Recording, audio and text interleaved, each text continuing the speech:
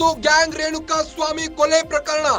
ಕಸ್ಟಡಿಯಲ್ಲಿದ್ದ ಆರೋಪಿ ಪವಿತ್ರ ಗೌಡ ಅಸ್ವಸ್ಥ. ಪವಿತ್ರ ಗೌಡಳನ್ನು ಆಸ್ಪತ್ರೆಗೆ ಕರೆದೊಯ್ದ ಪೊಲೀಸರು. ಹೆಚ್ಚಿನ ಚಿಕಿತ್ಸೆಗಾಗಿ ಆಸ್ಪತ್ರೆಗೆ ಪವಿತ್ರ ದಾಖಲು.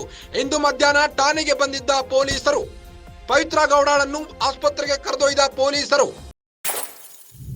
ದರ್ಶನ್ ಮತ್ತು ಗ್ಯಾಂಗ್ ರೇಣುಕಾಸ್ವಾಮಿ ಪ್ರಕರಣದ ಹಿನ್ನೆಲೆ ಕಸ್ಟಡಿಯಲ್ಲಿದ್ದ ಆರೋಪಿ ಪವಿತ್ರ ಗೌಡ ಅಸ್ವಸ್ಥಗೊಂಡಿದ್ದಾಳೆ. ಪವಿತ್ರ ಗೌಡಳನ್ನು ಆಸ್ಪತ್ರೆಗೆ ಕರೆದೊಯ್ದ ಪೊಲೀಸರು ಹೆಚ್ಚಿನ ಚಿಕಿತ್ಸೆಗಾಗಿ ಆಸ್ಪತ್ರೆಗೆ ದಾಖಲಿಸಿದ್ದಾರೆ. ಇಂದು ಮಧ್ಯಾಹ್ನ ಠಾಣೆಗೆ ಬಂದಿದ್ದ ಪೊಲೀಸರು ಪವಿತ್ರ ಗೌಡಳನ್ನು ಆಸ್ಪತ್ರೆಗೆ ಕರೆದೊಯ್ದಿದ್ದಾರೆ.